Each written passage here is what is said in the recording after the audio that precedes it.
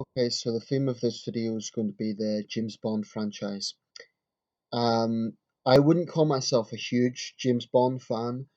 Um, I couldn't necessarily name gadgets or anything like that, but I'm certainly enough of a fan to have all MGM films and one non-MGM film, which is Never Say Never Again. Um, I just want to talk about the potential future of this series and some of the suggestions that have been going on in recent weeks, because there's some interesting developments and want to weigh in on that. Looking at the history of the James Bond franchise, of course, it goes back to Ian Fleming's novels, and some of the novels were sort of amalgamated together, whereas the films were individual projects. Um, and of course, the films went beyond the novels that Ian Fleming initially wrote. Some interesting things, though.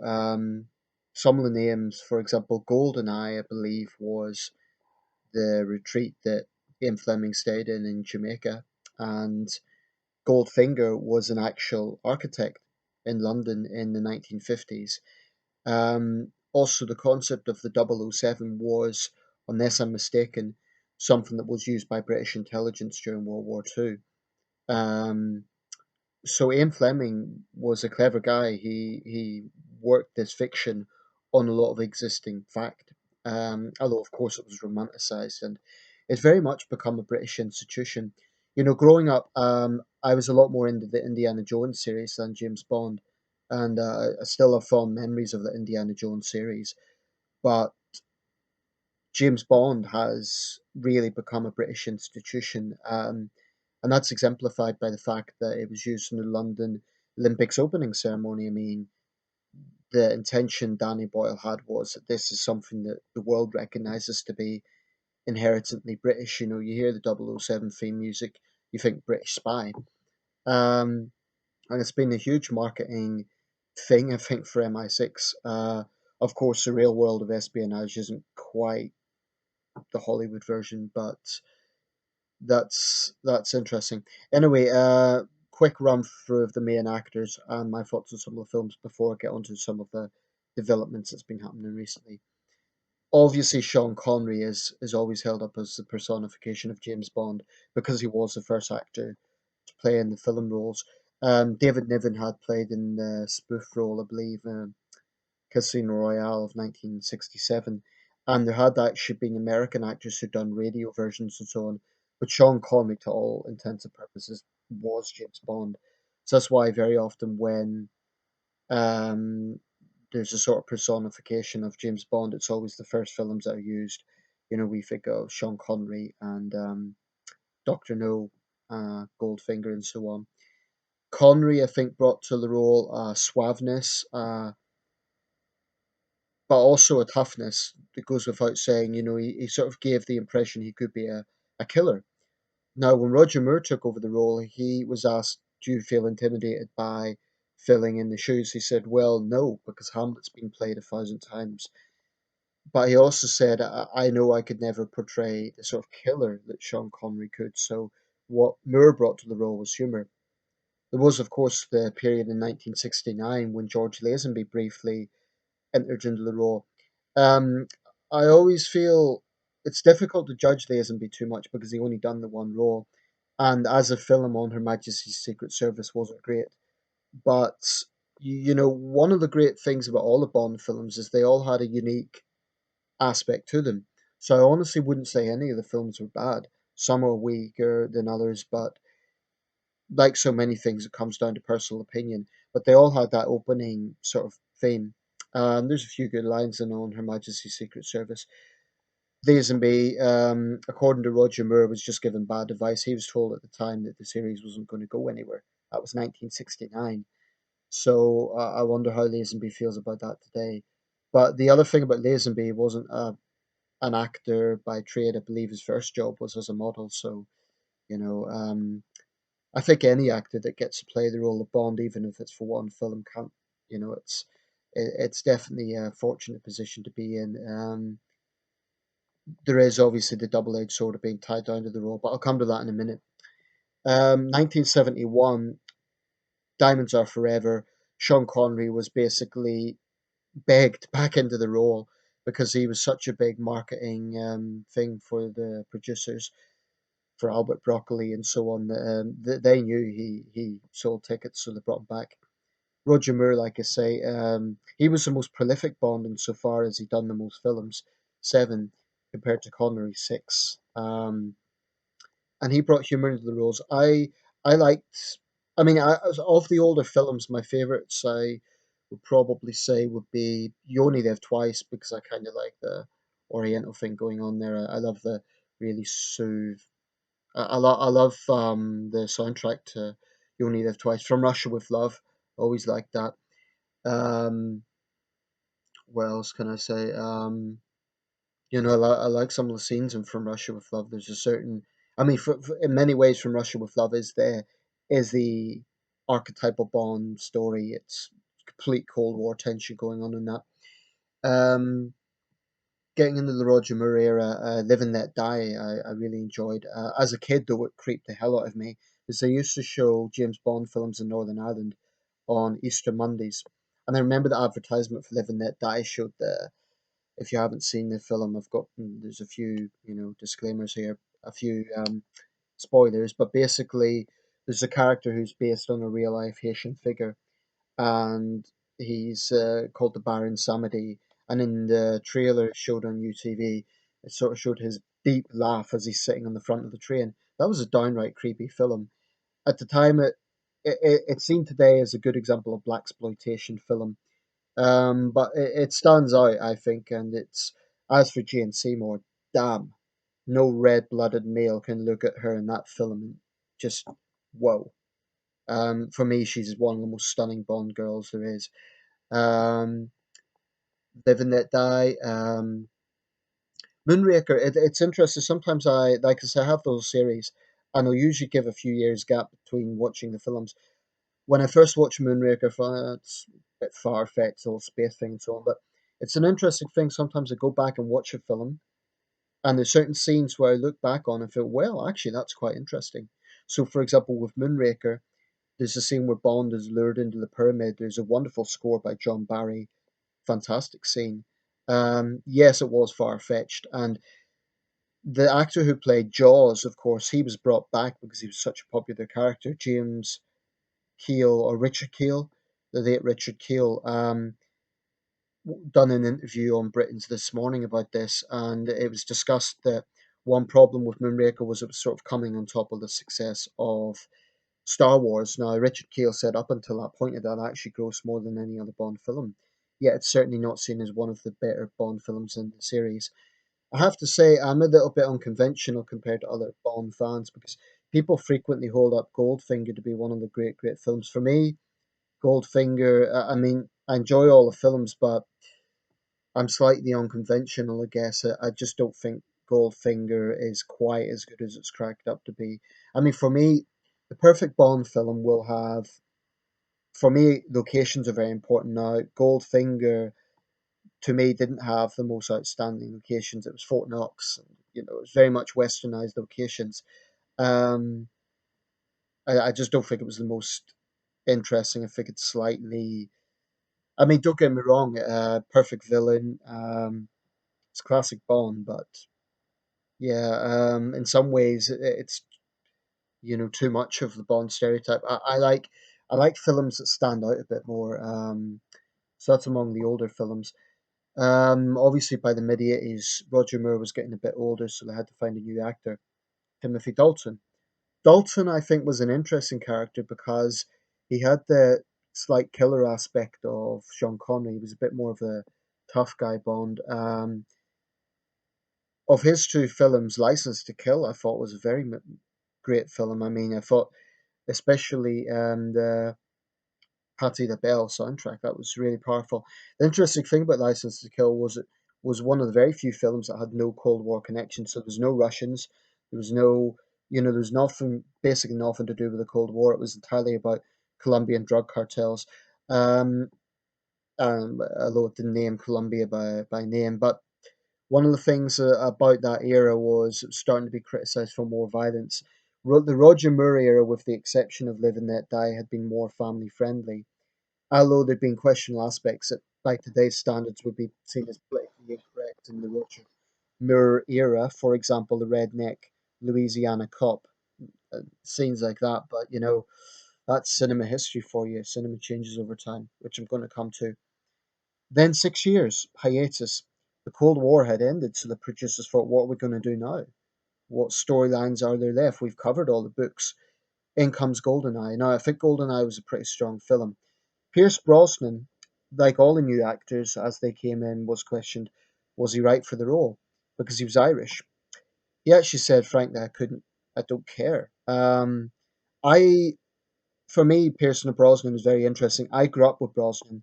He was basically the Bond of my era insofar as when I was growing up. I always liked Brosnan as Bond. I know he wasn't everyone's cup of tea, but I think he got it perfectly. He had the suaveness, he had the slight arrogance, and he did come across as like he could be a killer as well. So he took basically the strong elements of both Moore and Connery. So to me, Brosnan was a very strong Bond, and I enjoyed all his films. I thought they were all good. I mean, Die Another Day gets a lot of slack. I really don't understand why. It's a topical issue, topical geopolitical issue. The whole Korean peninsula thing. Um, I mean, to be fair, I had a big crush on Rosamund Pike at the time, so that probably swayed my thinking. But I, I don't really understand why Die Another Day gets the slack it does. I thought it was a strong film. Um, and The World Is Not Enough had a great storyline as well. I mean, to be honest, I honestly don't think any of the films are weak. It's just that when you get a franchise, you get this natural thing about comparing films to films. I think people should just take the films on their own merit. It's like any other series, like the Rocky series or whatever. Um, People should take the films on their own merit. Then comes the Daniel Craig era. Now, Craig has definitely brought back the grittiness, and he's definitely a lot more akin to Sean Connery, but he is his own man as well. And I think the thing about Craig is I don't think he has the smoothness of Brosnan, but he definitely is. I'd argue even tougher in terms of character than Connery. I mean, he is in some ways the grittiest Bond of all. Um, so definitely, I think the Craig era is going to be remembered. Also, his films have been massive. Naturally, the series, rather than declining, if those in the 1960s said this series was declining, look at the situation now. It's just been, with the exception of Quantum of Solace, one success after another. And personally, I enjoyed Quantum of Solace. Again, the fair sex sways my opinion because I have something for Gemma Arterton, but I think all the films of the Craig era have been very sound. So yeah, that's it. Now, debate has opened up about the future of this because people are saying that sorry, not Connery, Daniel Craig's contemplating retiring from the role. I do understand this because actors don't want to be tied into it forever, and Craig's already done it for 10 years. So there were rumors he was going to do 5 films. He's done 4. It's going to be interesting to see if he does another film or not. I personally think that he probably will leave it at this point. I mean, Craig's a very talented actor. He was completely different in the role in Enduring Love. If you've seen that film, it's a psychological thriller about a stalker. But in that film, he's basically quite a reserved English teacher or teacher, and it's just very different persona from his role as Bond. Um, Idris Elba's been named. Tom Hardy has been named. There's been Tom Hiddleston has been named, although he's strongly denied the rumors. Damian Lewis has been named. I could definitely see Damian Lewis in the role. All these guys have been named. Um, Definitely, they're all strong names. I could see Idris Elba. I could see Tom Hardy. I know at the time when Idris Elba was named, there was a bit of a thing because obviously he was a black actor. But I think, to be honest, I felt that way at the time. But James Bond is a fictional character, and although he was born in Scotland in the role, nothing to say that a black guy couldn't be born in Scotland in the 30s. I mean, it's a bit far fetched, but I think with fictional roles you do need to allow some flexibility. But there's a point I want to make with this as well. I think fans, because the Bond series has been so successful, there is a certain level of purity that fans expect. And I think when you detract too much from the original role of James Bond, to cite this example, it will backfire. Now, what I'm referring to, incidentally, before I talk about this, Chiwetel Ejiofor is another actor I can think of. He's a very underappreciated actor. I think, yeah, I could definitely see Chiwetel Ejiofor in the role. Anyway, Gillian Anderson and Chopra uh, have both brought into the debate the idea of a female Bond.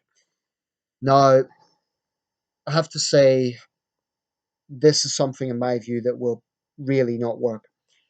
I have no problem with the concept of a female spy in a lead role or women in leading roles in action films. I mean, Lara Croft was successful, but the problem is if you try to redefine a character to that extent, it becomes it almost becomes ridiculous. I mean, Idris Elba is still a British man. Now, if you have an American woman, with all due respect to Gillian Anderson, it basically changes the role to a point where it's no longer recognizable. And to be honest, again, with all due respect to Gillian Anderson, she was great as Agent Dana Scully. I don't think she has the charisma of some other actresses out there. So even if you're going to have a Jill Bond or a Jane Bond, I can definitely see other actresses that would be stronger in that persona. But I just don't think it would work because I mean you'd have to reverse the roles. You'd have to have a Jane Bond who is a man eater, rather than being a womanizer, she's a man eater. But I really interpret this as, frankly, feminism being injected into entertainment. Like I say, I have no problem with women in lead roles in action films, and ultimately, entertainment can be flexible, and we have to remember this is a fictional role. But I think when you alter it to the point where it's becoming blatantly obvious that it's a political message, then it just isn't going to work because it becomes a case of almost lecturing the audience, and I just don't think it works. And I don't think it's sexist to say that. I really, really don't. Like I say, there's nothing wrong at all with women in lead action roles. In fact, it's a big Hollywood thing these days. But James Bond is a British man. That's what the character is. And I think if you have an American woman playing the role, A, Ian Fleming will be turning in his grave. B, you're altering the role to the point where it's no longer recognizable. So I'm really skeptical of that idea. Would I go to see it? Maybe, just to see what it's like. But definitely it will not be the same thing. No matter how good the film is, no matter how good the plot is, it just won't be the same thing with a woman in the lead role. And that is not sexism. That is just the way it is. I mean, if you're going to have a woman as James Bond, then you're going to have a man as Lara Croft. That's the implication. So by all means, have a woman in the spy role, but just don't make it James Bond. Have another series, another idea, but don't make it James Bond because it's not James Bond. Um, Final point I want to mention briefly about locations. There's many, many things that make a Bond film. There's a great opening artwork. To me, that's one of the great things about Bond films. And when I see a new James Bond film, I always that's a bit I if I miss everything else, I almost single handedly want to see the opening artwork because it's so creative and it's great. And all the Craig films, I should say, have been very creative in that regard. So have the Brosnan film. A good soundtrack works. Locations are very important. I appreciate that producers sometimes have a difficult task because of a political situation going on in the country. But actually, there have been some locations that have never been used, and some locations, in my view, that have been overused. For example, some European locations have been used several times. Venice, Istanbul's been used in at least three of the Bond films. I think there's parts of the world that have never been used. Indonesia's never been setting. Africa only once or twice in the films, and it's 56 countries in Africa. United States, actually, North America, US was used in Diamonds Are Forever, and you only live. Oh, sorry, A View to a Kill. But I quite like the idea that Skyfall brought it back to home, and there was the whole Scottish thing. That was that was quite original. Quite like that. But I think location's a very, very big factor. Australia's never been used. Canada's never been used.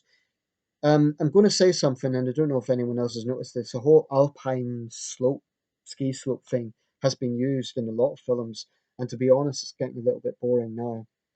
I mean, yeah, it's a romantic setting, but it's been used in at least four of the films. So I hope the next film doesn't bring that into it because it's just there's many locations I think can be used and should be used, but I appreciate it's not an easy task.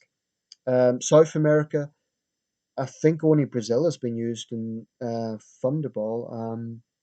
Don't think any other South American country's been used. It's good that Mexico was brought into Spectre, and apparently the Mexican government actually paid the producers to feature Mexico City, which was interesting. But there's major world cities that I think need more exposure in big film. I mean, Jakarta, for example, needs more exposure, and this is just my opinion, but that's that. Lagos, you could have a motorbike chase through Lagos. Why not? There's so many ideas that are possible, so no way is this series going to die. At the current rate, I can see this going for another 40 years. It's a British institution, and that's the way it should remain. So, by all means, originality is great, but it shouldn't be so far from the point of originality that it's no longer recognizable. And one thing I like about the last few films is they're actually rebooting the original ideas. So they're bringing back Miss Moneypenny, they're bringing back the Aston Martin. I really like that idea, and I really like Naomi Harris as Miss Moneypenny. That's great. Okay, I'll leave it there. Let me know your thoughts.